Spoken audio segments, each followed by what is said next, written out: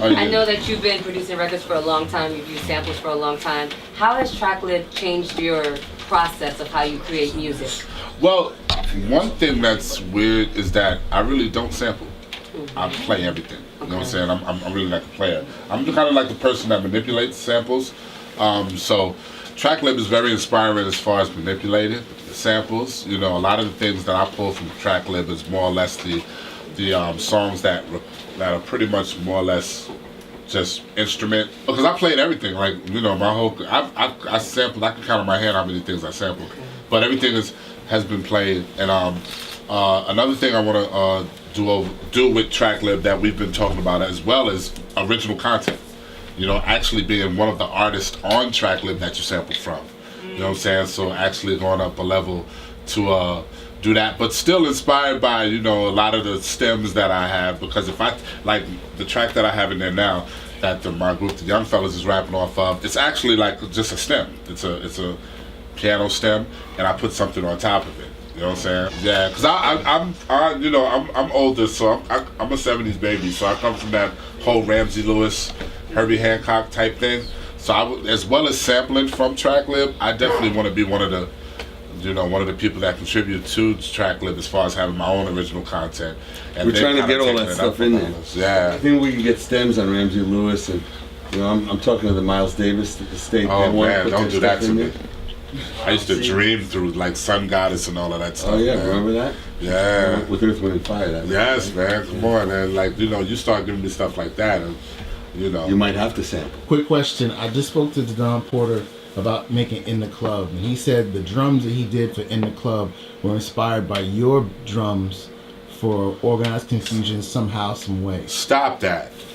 This is what he told me. He's talking about the South Bronx sample. The one that you used to always bother me about, the sample. You remember the clap for Muddy Waters? Yeah. The one when you said, "The hell with that! I'm just gonna get it and make it." You're right. Oh yeah. Okay. I never. Wow, he said that Yes. In the Club. He said the In the Club drums were inspired by your drums from somehow, some way. You mean to tell me I'm gonna? Wow, that's I'm taking that to the grave, huh? Wow. So what can you tell us about the somehow, some way drums? Because you said you don't sample much, so that was something you played? Or? Well, beats was something that I admire this guy for his drums. You know what I'm saying? Because I wasn't a drum dude. I had one kick for my whole career. One kick. Didn't understand that. And you know what I'm saying? Amazing. One kick I used for Lady Marmalade, Dirty, I'll Be That, The Joint, NYMP, Guilty Until Proven Innocent. Like, it was only one kick. All them pop hit records. You mentioned Christina Aguilera, Destiny's Child, Beyonce, Jay-Z, Janet Jackson. But check this out though. There's a technique that I got from him. You know what I'm saying? What I used to see E do is E used to put his track up, right? And then we would sit in mirror imaging, and he'll tell the engineer, give me every audio sound of the drums and make a DAT of in whatever session he had. He would take every single file, like I want a drum mix, I want a snare mix, I want everything. So anything that was mixed would do that. Now say the first track, you know, I did like Maintain by Organized Confusion. I did that technique, but when I went back in the studio, the track, the kick that was already mixed went back in, and then I would ask the engineer again to put it back and mix and master it and put it back into my thing.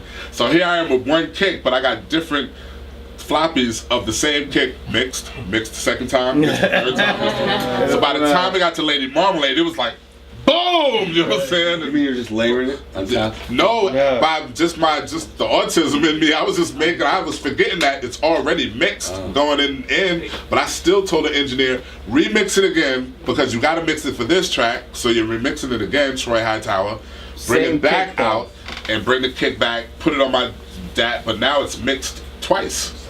So by the time it got to Lady Marmalade, it was, and Let's Get Dirty and all of those records, it was just like, you know what I'm saying? So, you know, it was the same kick, but the claps for Somehow, Some Way was the kick, the snare, and then a sample that you know, he always was on and said, "Yo, Rock, I need that sample." And then one day he was Muddy like, Waters? "I got the sample." You know what I'm saying? So he got the sample, and it was just like this. It was just like this Muddy crunch Waters? that was behind it. You know what I'm saying? But I think somehow, some way, Yes. that bass line Somehow, always was some the way. thing that drove me about that track. That boom, boom, boom, boom, boom, boom. That's funny that In the Club did that. Wow.